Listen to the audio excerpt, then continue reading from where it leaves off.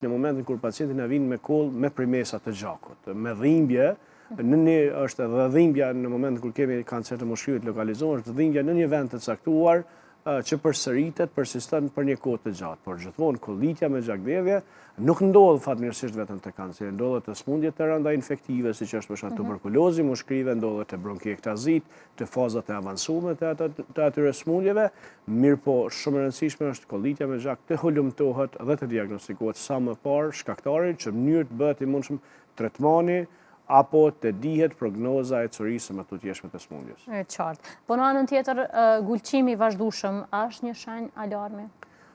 Gulqimi ndodh edhe të smundje tjera, do thotë tek smundjet ndodh shpesh edhe te astma bronkiale, të kemi gulqim apo pamundshmëri e ngopjes me frymë dhe gjendje përgjithshme jo e mirë organizmit.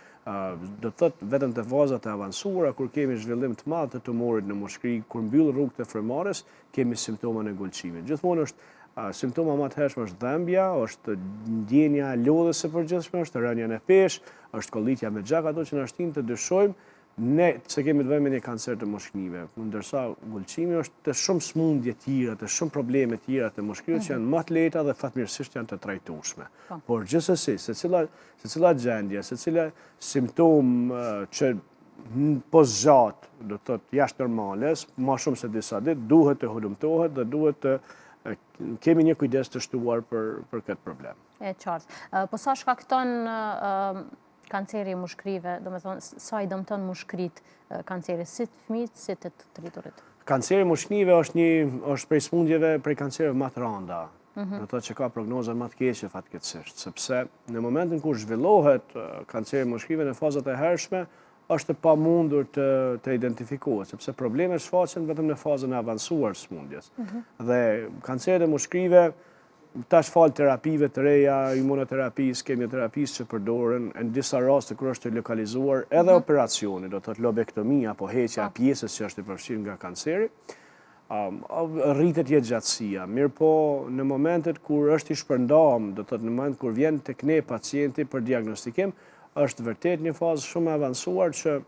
edhe ndihmesa është shumë e vogël, do thotë. Sa dëmtohen këtë rast mushkrit? Shumë, sepse varësisht, do thotë mushkri është një organ tejet i ndihshëm, është organi funksional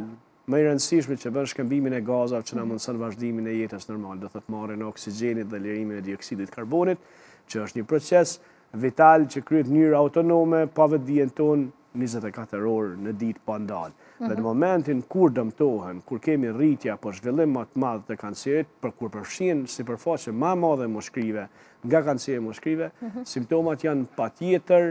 shumë të rënda dhe prognoza shumë e keqe. Po ashtu edhe pa dëmtim të madh, do të thotë nëse nuk kemi shumë dëmtim të madh nga ana e kancerit të mushkri, grumbullimi i likidit i lëngjeve në hapësirat pleurale, si pasojë e kancerit e komprimon, e ul sipërfaqen funksionale të mushkrive dhe shkakton probleme të mëdha me frymëmarrjen, do të thotë nuk mund të merret frymë sepse është e pamundur të hapet mushkria gjatë marrjes së frymës, sepse prania e likidit në hapësirat pleurale e zvoglon sipërfaqen